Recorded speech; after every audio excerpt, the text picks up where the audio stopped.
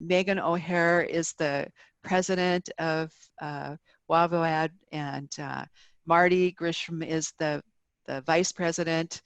I know that Megan is very, very busy and could not join us. We'll talk about the VOAD group, but one of the things that I was really fascinated to hear was kind of about what was your normal? What normal things do you as a group and a service provider and a volunteer organization, what did you normally do in disasters and emergencies to work with groups and people and help?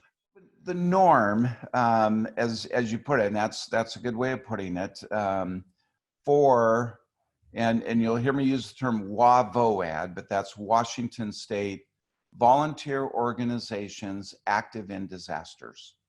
And so VOAD is really an important element in the state, in that we members of VOAD come from all aspects of our volunteer base in the state.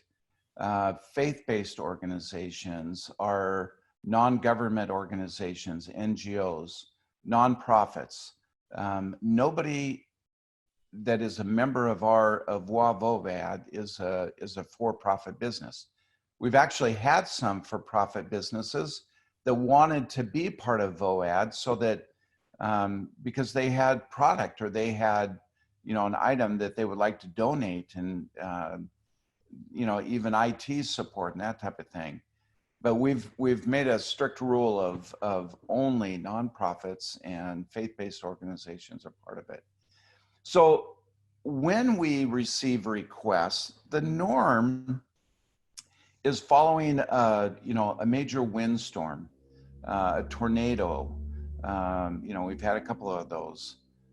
Earthquakes, flooding are the big ones that we would normally receive a request.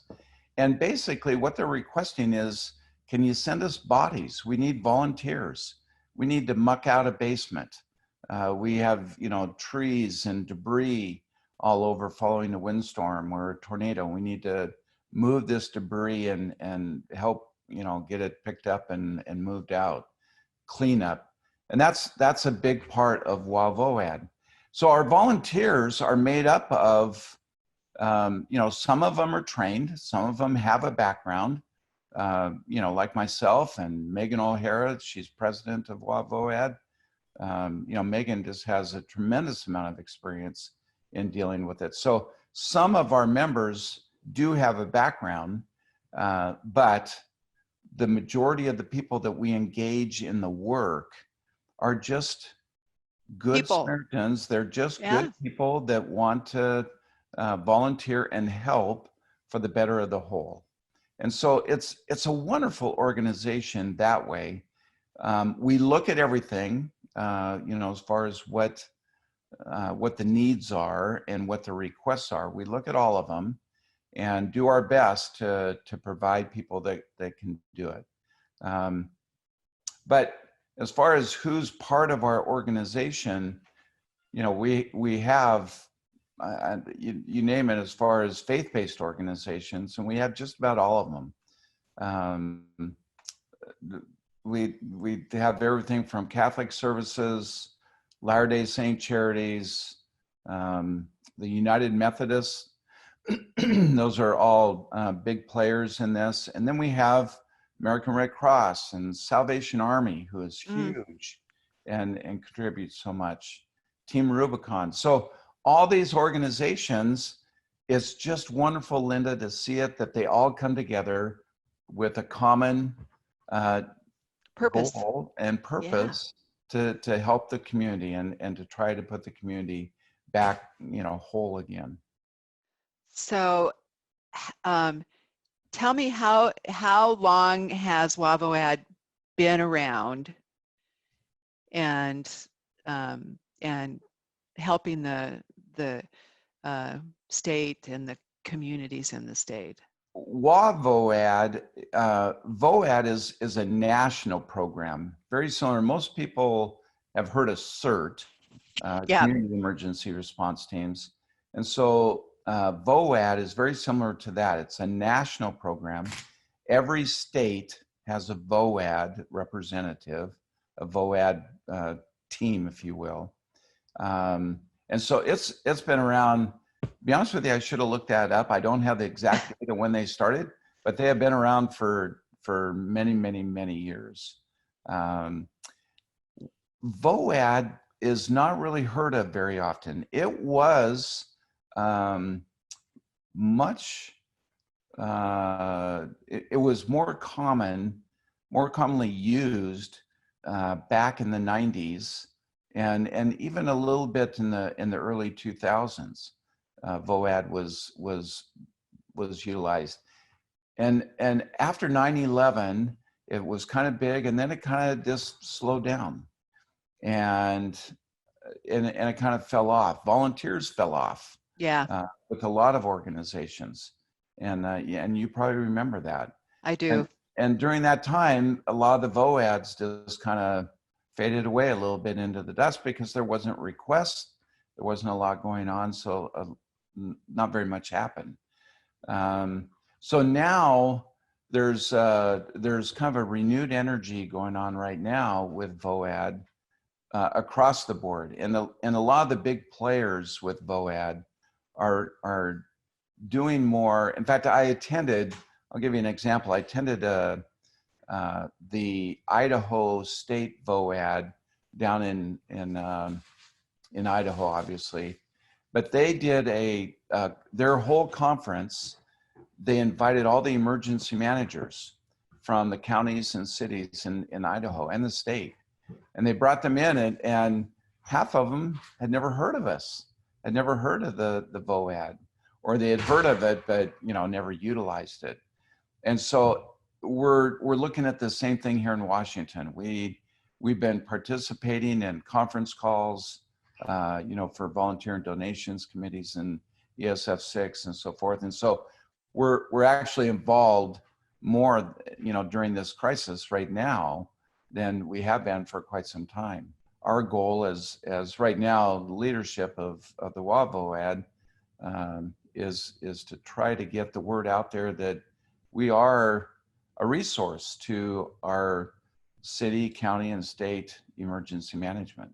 I mean, that's fascinating that you're at a place where you really have a sense of some renewal, some revitalization. I thought that, when I asked you kind of what, and you talked about what the new normal, how you have adapted, given that your age group can be at higher risk. And, but talk to me about the kinds of things that you have gone through as far as your adaptations, and you use the term out-of-box thinking.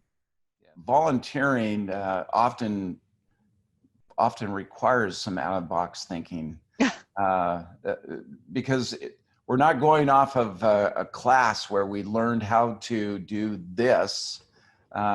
We sometimes just get put in situations where, okay, how can we do that? So this pandemic, the COVID-19 emergency that we're involved with right now, really brought on a whole new challenge to us for two reasons. One is that our norm, and I think it's going to be our norm when this dust all settles. I think it'll still be our norm, but our norm has been that we throw bodies at it. We have lots of people, and so we send people to a neighborhood and we muck out their basements and so forth, like we talked about. With this one, with all the restrictions of businesses closed, social distancing, and so forth, that challenge of being able to throw a whole bunch of bodies at it, when it's a medical emergency and you have to have all the proper PPE and personal protective equipment and all that, our people are not trained in that, and so it limited who we could send to some of these requests for assistance. Now, we do have lots of people that are anxious to help in food banks and hand out food and that type of thing. But so that was the one, is that it's very limited of who can help, because they're really looking for some type of medical training or background, and who can do it, but also what they can do because of their limited training and so forth. The second challenge that we had with this pandemic is a lot of our volunteers are old guys like me that they want to help. They've been blessed in their lives with with a good career, and now they're retired, and they have time on their hands, and their kids are grown and gone, and so, hey, let me help. Well, that group, for a good part, we're that high risk group that they're saying you have to stay at home. I venture out once in a while to go, see a kid or something. My kids are all yelling at me, "Dad, for crying out loud, you're a cancer survivor. You got this and that, and you're 65, and stop it." Inviting people over to your house, and so we got to deal with that. A lot of our volunteers are in that category, and so Yeah. And so then the volunteers that we do have available have families and are stay at home and are doing a lot in their homes. So anyway, it presented a whole new challenge to us, and who can help in regards to their training and equipment and all that, but also their age and their individual circumstances. What are some of the types of things that you guys have done to adapt? We're asking, one of the things that we do is we ask more specifically. The state just put out a very large ask in regards to distribution, food distribution, that type of thing. And so one of the things that we feel as leadership that's important is that we protect our volunteers. And so we ask a lot more questions now in regards to safety conditions, and are we, is there going to be training for these people and so forth. And so we ask more questions now to make sure that our folks are going into a situation that's going to be safe for them and provide the protection that they need. But other than that, we like I say, our volunteers, we're a statewide organization. Right. And so, King County, we're being hit pretty hard, and there's a lot going on here, and Snohomish County and some of the others. But you get into Central Washington, we still have VOAD groups over there, VOAD volunteers that, they might want to come over here and because they're not being impacted, but their job is they're isolating themselves, and they can come over and do. So that's another out of the box, a little bit, if you will, is just, okay, so we're really being slammed right here, but can we reach out and bring some of our volunteers from other parts of the state to come and help us? What for your future, and for the groups that could be and aren't involved, what gaps and needs do you guys have, and then where would you like to see the future of the organization? How would you see it, and how can with this message that how can we help you to become more robust and people more involved? One of our objectives right now is to grow our membership. There are, like I say, the membership is very broad as to who can be part of this. We just had a contact from the Sikh community, and they want to help and they want to be part of it. And so we had just been talking about it as to what other organizations, what other faith-based groups and so forth are out there that may not even know about it. So we're doing the future for us, and actually, right now we're formulating some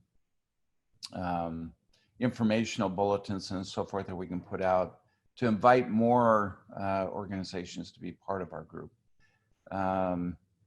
The other is that we want the message, a renewed message, if you will, to go to our emergency managers as to who we are and what type of resource we can be. As I mentioned to you, Linda, I was emergency manager for 10 years, and we never really had any major event. We had the anthrax attacks, back in 2001, and we had the Ebola and SARS and different things like that. But none of those really overwhelmed the whole county or the state. Kind of managed at a local level. But we participated in the Cascadia Rising exercises, and I purposely invited our mayor down to that because I wanted him at that time to see how understaffed we were going to be if we really had a major event. And so that staffing of bringing in volunteers to answer phones, to organize paper and documents and collect papers and so forth. There's a lot that we can do. Food distribution, the pods, pointed distribution. We can bring our volunteers and do, add time training with them and get them into a position to be able to actually be a resource. And so we're actually working right now hard to communicate and let our emergency managers know at all levels of government who we are and what a resource, because if we did have the Cascadia Rising event, I'll guarantee you they're going to need us. There's not really an opportunity to work in our structure, but in addition to that, what I'd say is we all have our organizations that have volunteer opportunities. Okay. And so what I would really probably encourage, a lot of your students is if they're involved in their church or an organization, any type of volunteer organization, VOAD could be maybe a source for them to call and say, hey, I want to volunteer with the shelter. What do you know any organizations that work that? Red Cross is always looking for volunteers. They have a huge program, as you well know. Yeah. And United Methodist disaster response, they have a great organization that are always looking for volunteers to come in and work with them. Latter-day Saint Charities has points of distribution that they call them Bishop Storehouses, and they're always, they need volunteers to go down there and help distribute food and organize their storehouses. So there's lots of opportunities out there. We're not really the storage of where they are, but we could put them in contact with Catholic Services or Salvation Army, and give them the name of the representative that is part of VOAD, and they could direct them from there. Great. I totally agree with you that volunteering is a critical aspect of getting into emergency management. We don't really get into emergency management because they pay high salaries. Yes, that would be the case. Yeah. Yeah. Or not. We generally get into it because of our love for our fellow men and women, and we want to serve and relieve their suffering and their disaster. And so in regards to that, we look for when I was the emergency manager, I was involved with hiring a couple of people into my office, And that was the one thing. I appreciated that they had education and they had a degree and all that. But what I really wanted to hear was, what are you volunteering? What are you doing right now? If you really love helping people, then are you a coach with your kids' teams? You know, are you a big brother, a big sister? Are you involved with Red Cross? Or, you know, what are you doing? And I'd get a lot of deer in the headlight looks, you know, when I'd ask them, what are you doing right now to serve your community? So I'm totally with you on that one, Linda. I think, you know, volunteer support during blue sky, if you will, is a time that really shows that you're committed to that. And that is a part of your core belief or value, if you will, that you want to help. I thought that your comment about volunteering kind of dropped off the map probably about 10, 20 years ago. I mean, we used to, that used to be something that was, everybody volunteered, if it was not with your church or your community or with the school board or something. And that was kind of always the first question when you went to an employer was, well, tell me about also what other community things that you're involved with. Mm-hmm. And then we slowly have gotten so busy as kind of a population that, God, we don't have time to volunteer anymore. And I think, really? You don't have time not to volunteer. This is what builds your kind of your humanity and your respect for people and your community. And without that experience, it's hard to get those feelings and understand the value of having those feelings and contributing. I totally agree.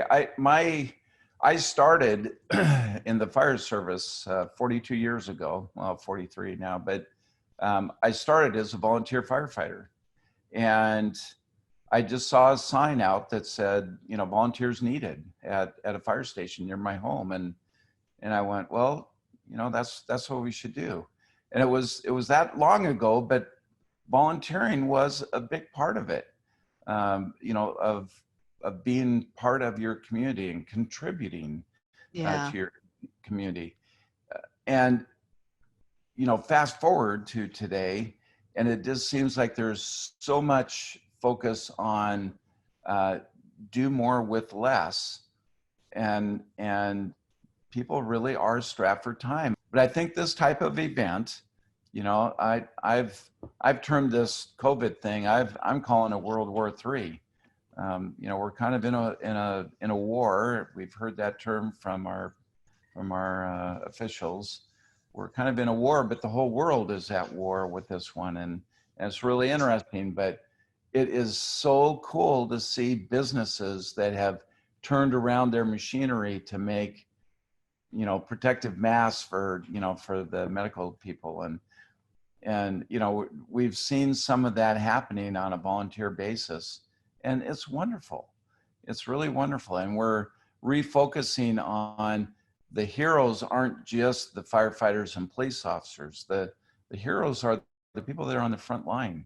You know, we talk about first responders, and often first responders is referred to as firefighter, police, and public works has really come into that. But first responders are the first people on scene. They're the first ones to respond. And in the neighborhoods, in the community, that can be the volunteers. That can be you and I. Yeah. Well, and in this event, a lot of those people are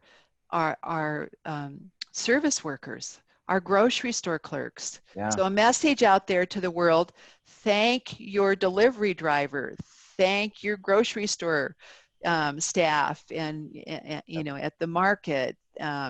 You know, thank the garbage man and woman that is coming to pick up, because they are going the extra mile.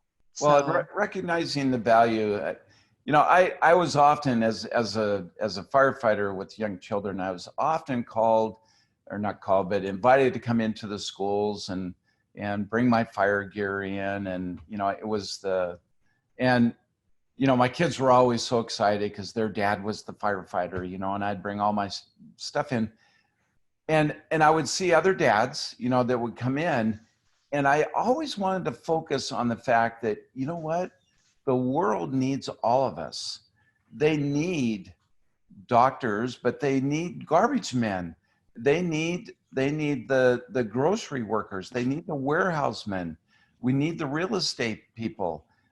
We're all a team, and we fall into what we do. And so giving recognition to all the other organizations, all the other workers out there, other than police and fire, I find it very refreshing. I love some of the stuff that we're seeing going on, and I think as we get on the other side of this and we start getting back to whatever our new norm is going to look like, I hope we don't lose this sense of appreciation for all the different people. And back to what we're kind of talking about with VOAD is, again, the VOAD organization, Megan and I and Kathy is our secretary, and, we have an IT person. We're all volunteers. None of us are being paid, but we are just the tip of this massive group of people that are out there wanting and willing to help and looking for opportunities to do it. And so being involved, while VOAD is very limited, there's thousands of Catholic, members of the Catholic Church out there that are available, but there's only one that's representing Catholic services in the VOAD. So we really want to direct people to go and get involved with an organization that you have a connection with or have heard about. And like I say, I've been all over the world on disasters. Linda, I don't know if I mentioned that to you, but we started up a nonprofit organization way back in 1985 after the Mexico City earthquake. And it was, again, thinking outside the box, but we went to Mexico. We have in King County, we have this famous Medic One program. Yes. And so there's three of us, and we put together, I was a firefighter and a couple of paramedics, and we called our, doctors that we knew, and we put together the Seattle King County disaster team. And we literally went all over the world, all on donations and volunteerism. And we went to Russia, to Armenia after their big earthquake, and Philippines, and anyway, all over the world. There are organizations like that. Salvation Army is huge in doing that, and Red Cross, and like I say, so many others. It's not a matter of, well, I don't know who does that. It's a matter of just do a Google, do a search. Yeah. You will definitely find an organization. Or that's where Kathy and Kathy also our secretary, but just go on our website and contact any of us in the leadership, and we can point you in lots of directions of volunteer opportunities.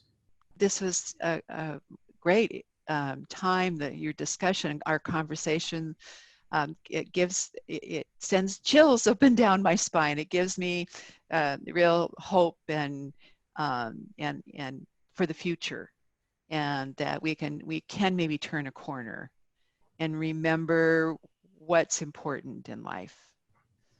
Well, and I think that is going to be, at least my hope is, that's going to be one of the positive outcomes of this, is we have had to set aside our jobs and the community, and